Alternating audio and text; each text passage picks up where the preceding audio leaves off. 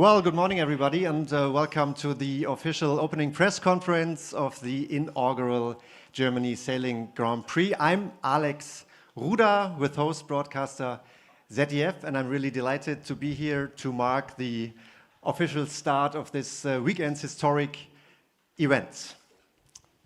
Tomorrow, 12 national teams will go head-to-head, racing up to hopefully 100 kilometers per hour with 13,000 fans coming out to see the action. I just learned that tomorrow is already sold out. There are just a few tickets remaining for Sunday, so I think it'll be a really nice weekend. Competing in identical 50-foot foiling catamarans, SailGP is a true test of skill and ability with sailing's very best athletes competing for national pride, personal glory, and the largest prize in the sport, $12.8 million in bonus prize money up for grabs for teams that make it onto the podium. Before we get started with the guys and the girls, a quick note for the media in our room. We'll bring up SailGP athletes on the stage and have two brief, obviously moderated panels, and after this there's plenty of time for you to do one-on-one interviews behind the stations, at the stations behind you. That's it. So without further delay, we get started, and please join me in welcoming our first 5 athletes to the stage as we have driver for the Germany SailGP team presented by Deutsche Bank, Erik Heil.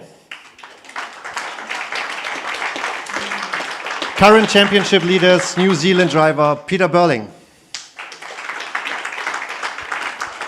3-time SailGP champion driver and co-owner of the Bonds Flying Roost, Tom Slingsby.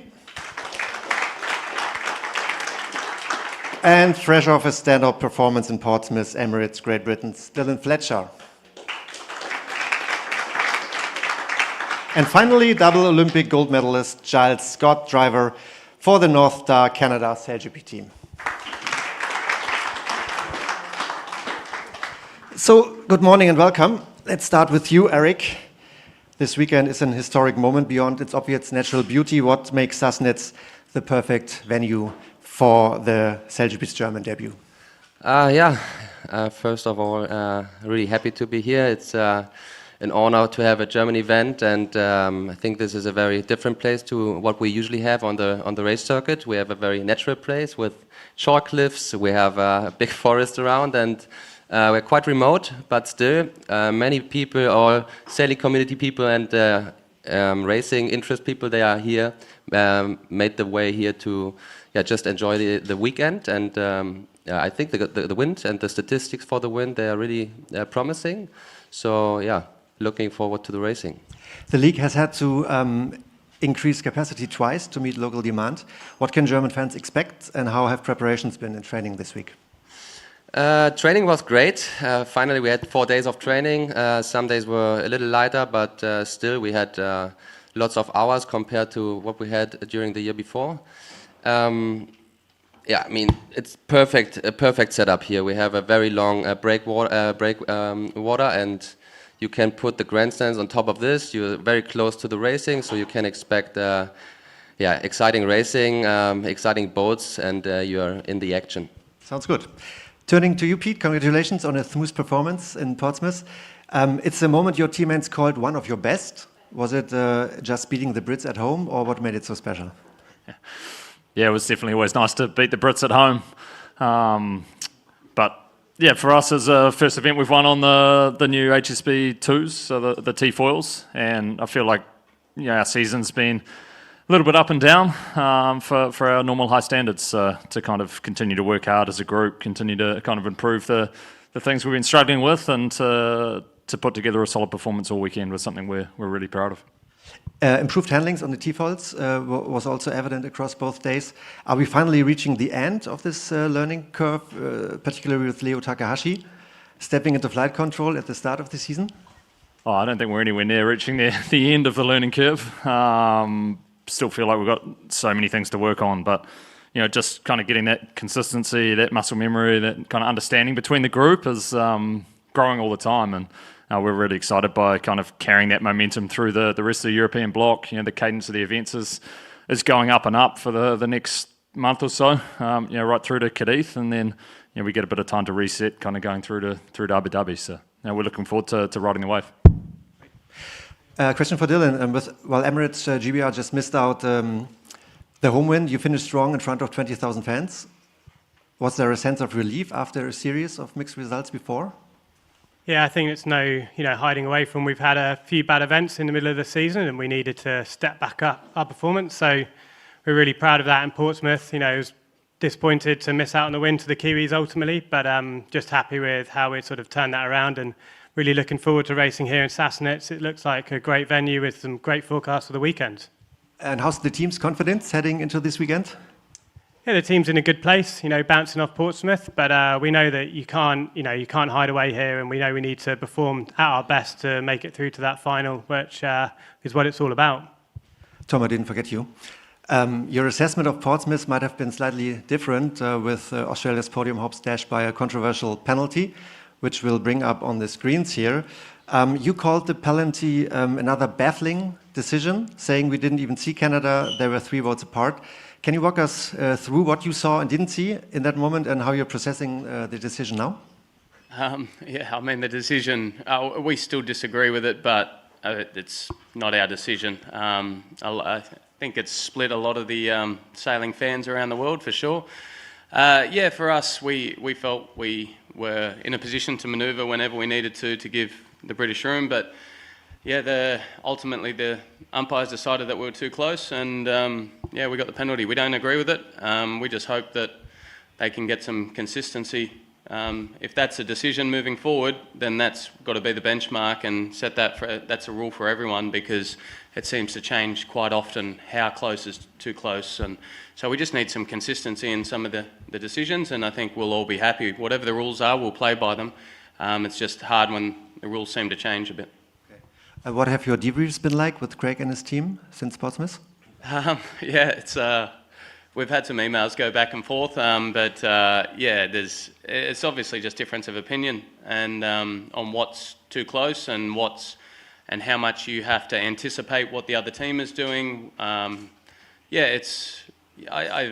Even with emails going back and forth, I'm still not sure how I understand what the rule is. So hopefully we've got an umpire briefing after this. I know a lot of people are looking forward to that one, to listen in, but hopefully we get a bit more clarity, and we all know what the rules are moving forward.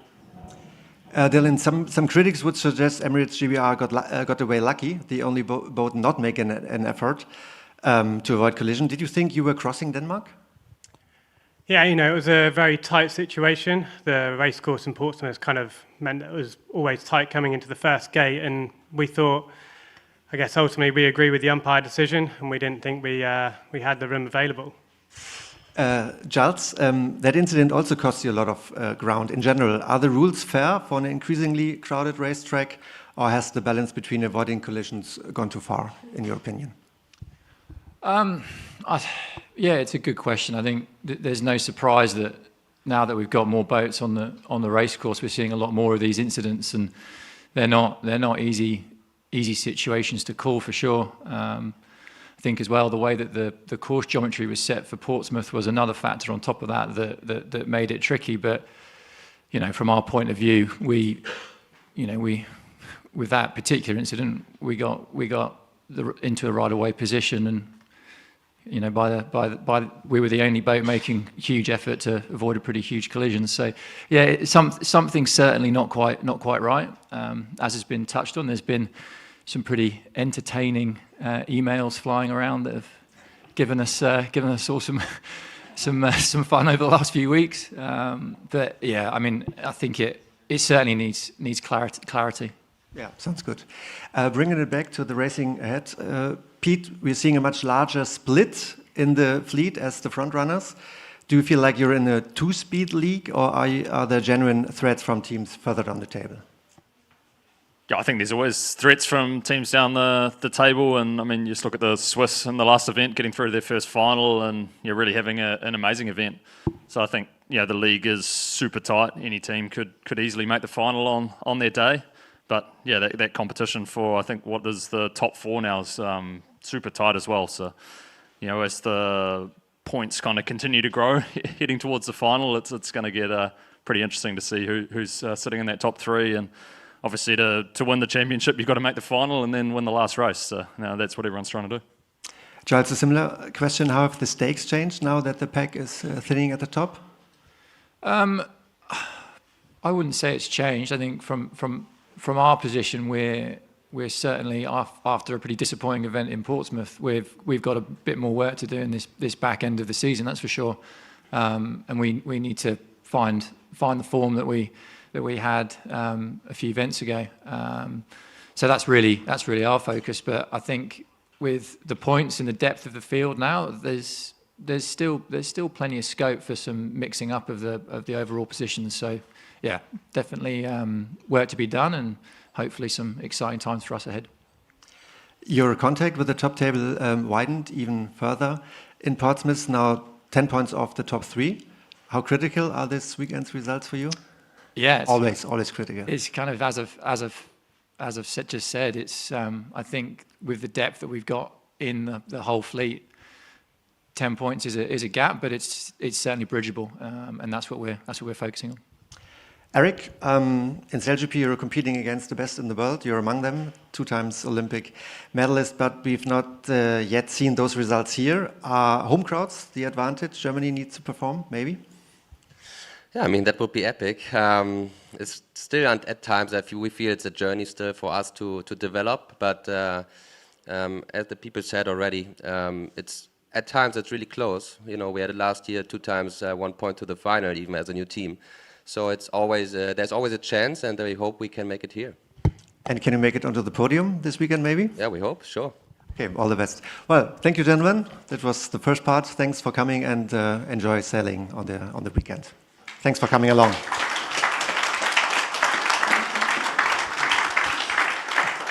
And as we approach the pointed end of the Rolex SailGP Championships, the gap in the fleet might be widening, but there's no shortage of drama amongst teams battling for every point in the overall season standings. So please join me in welcoming our next 5 athletes to the stage. Driver for the France SailGP team, Quentin Delapierre. Double Olympic gold medalist, Red Bull Italy driver, Ruggero Tita. Sebastian Schneider, driver for the Switzerland SailGP team. Driver for the Mubadala Brazil SailGP team, double Olympic gold medalist, Martin Grail. And last but not least, strategist for the Rockwool Denmark SailGP team, Kahina Kunze. Welcome.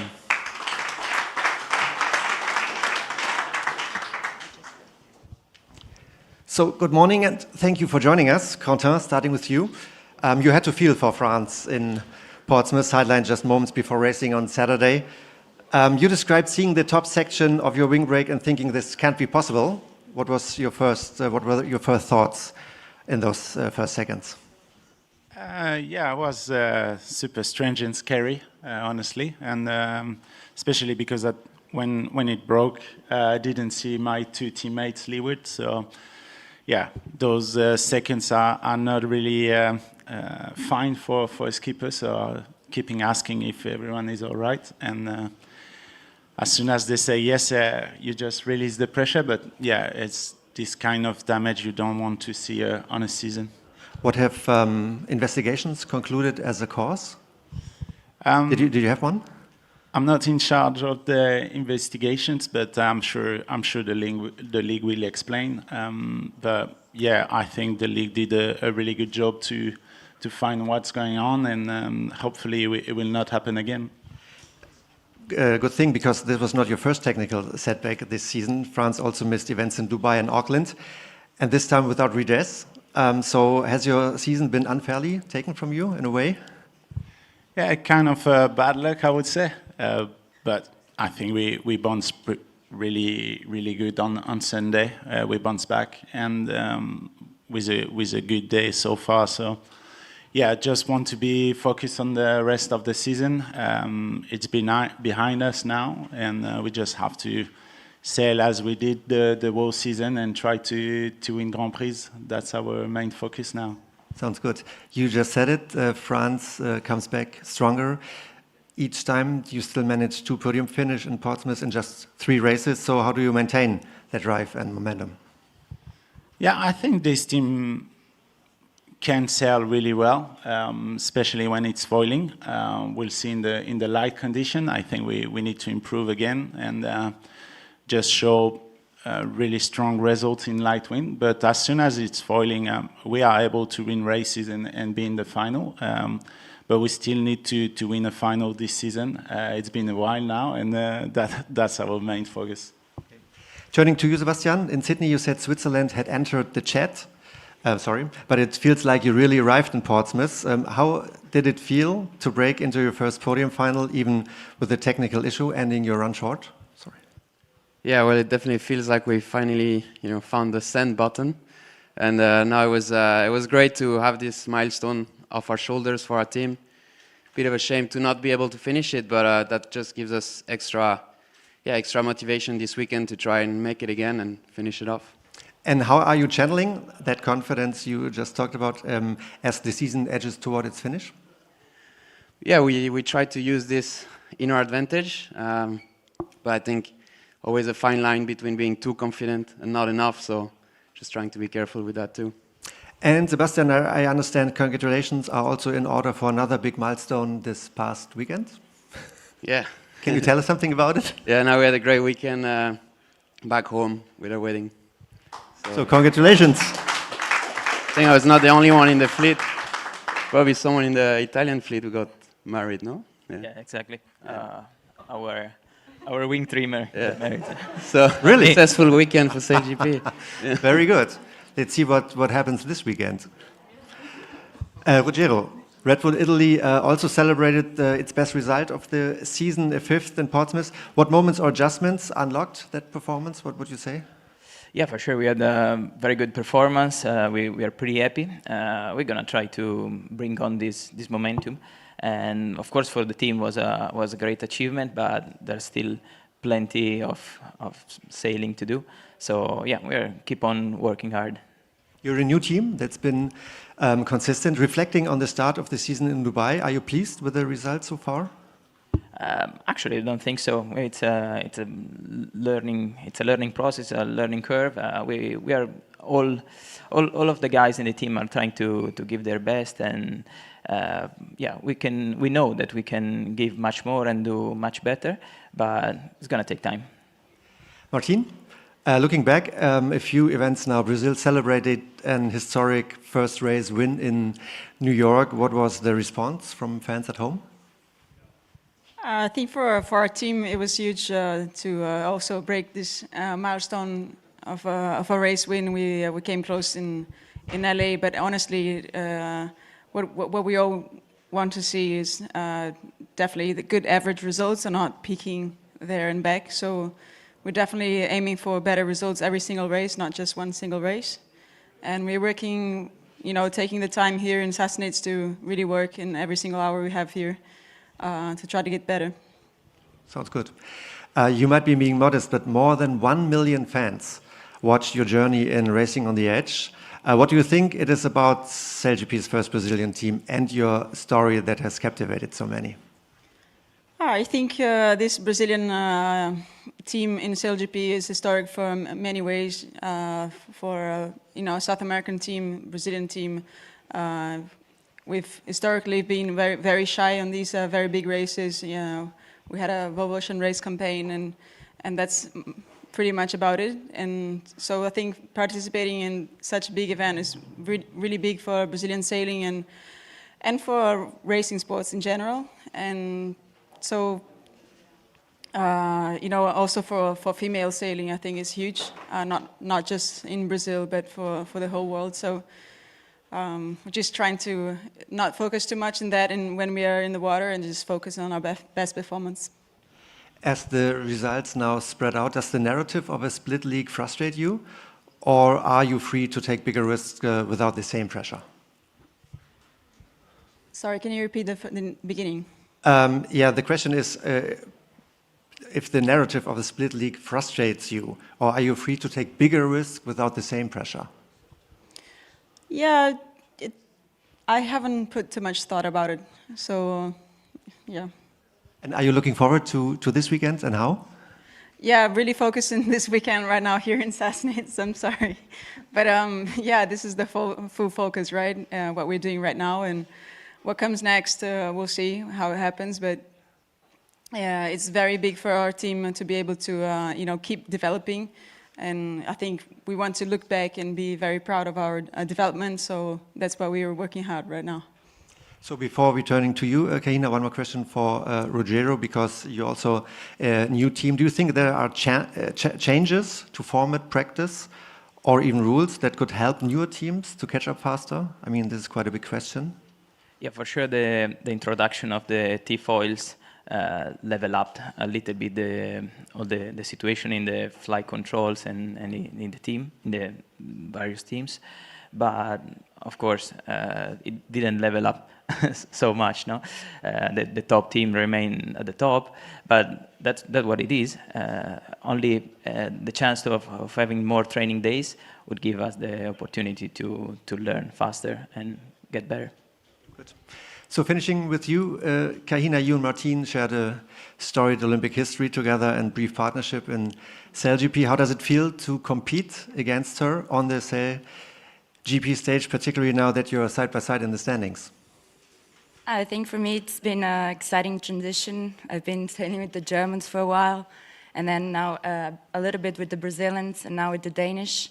And of course, like sailing with the Brazilians, my national country, it's been like very nice. But once I've jumped on the boat and I'm sailing with them, I think it's where I perform, like I gain more experience. So racing with all of the sailors from SailGP, it's very like a huge thing for all the sailors. And yeah, I'm very looking forward to like new events and try to push harder in each event.